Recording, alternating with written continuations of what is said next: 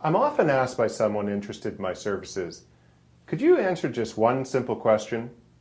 Although the question is usually about fees, my response, based on over 20 years' experience, is always the same. It would not be in your best interest. The fact is, when it comes to passport portfolios, there are no simple questions or answers, because any matter related to residence and citizenship will be extremely complex. So my policy is to insist on a consultation, in which we can have a full and frank discussion of your situation and your goals. Only then can I tell you the costs and benefits of the ways I can help you.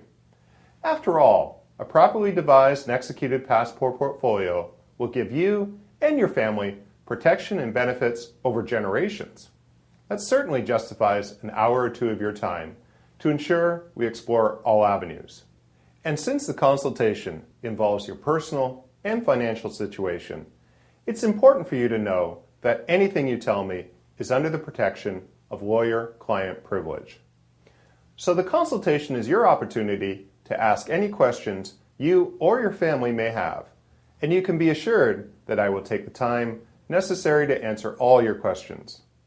And I must tell you, I do not offer a free consultation. Record numbers of people have recognized the necessity of having a passport portfolio. And since I've been specializing in this field for over 20 years, I receive a large number of inquiries. However, it is simply impossible for me to speak with everyone who expresses an interest. So, to ensure that those with whom I do speak are genuinely serious, I ask you to pay $2,500 US for your consultation. This payment also serves the purpose of establishing the lawyer-client relationship from the outset. Now, in a world full of scams and con artists, one would be tempted to think that I may simply be using the consultation to generate revenue. That's why, rather than pay my firm, I will have you make a tax-deductible donation to my favorite charity. I or my firm will not receive one penny. Why my favorite charity rather than yours? Simple. The administration and tracking of such a policy would be a nightmare for me. And once you learn the charity that will receive your donation, I'm sure you will be more than pleased. Your donation will go to Room to Read, a charity devoted to reducing illiteracy in the Third World. It was formed in 2000 by John Wood, a top executive with Microsoft, and is consistently rated as one of the most cost-effective charities in the world. It was recently selected by the Financial Times in the UK as its chosen charity for its annual seasonal appeal. As you can see in these numbers, what it has accomplished in 10 years is truly remarkable. They built over 1,000 schools, 10,000 libraries, and distributed over 7 million books. In all, 4.1 million children have benefited from Room to Read in its first decade of existence.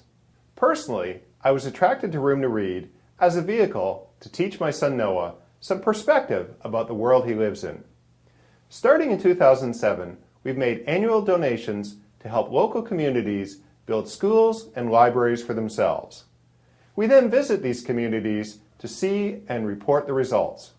So far, we visited Vietnam and South Africa, and the next edition of Noah and David's World Tour will take us to Cambodia and Laos to attend the dedication of the libraries which were constructed with our latest donations. Your donation will go towards one brick of a library to be constructed in the country we next visit. When 8 bricks are collected, the library will be built. You can dedicate your brick to anyone that you wish, and we will follow up with you on information on the library that you helped to build. To arrange your consultation, please click on the Book Consultation link on our website. To hear more about Room to Read, watch the video on our website from founder and former Microsoft executive John Wood.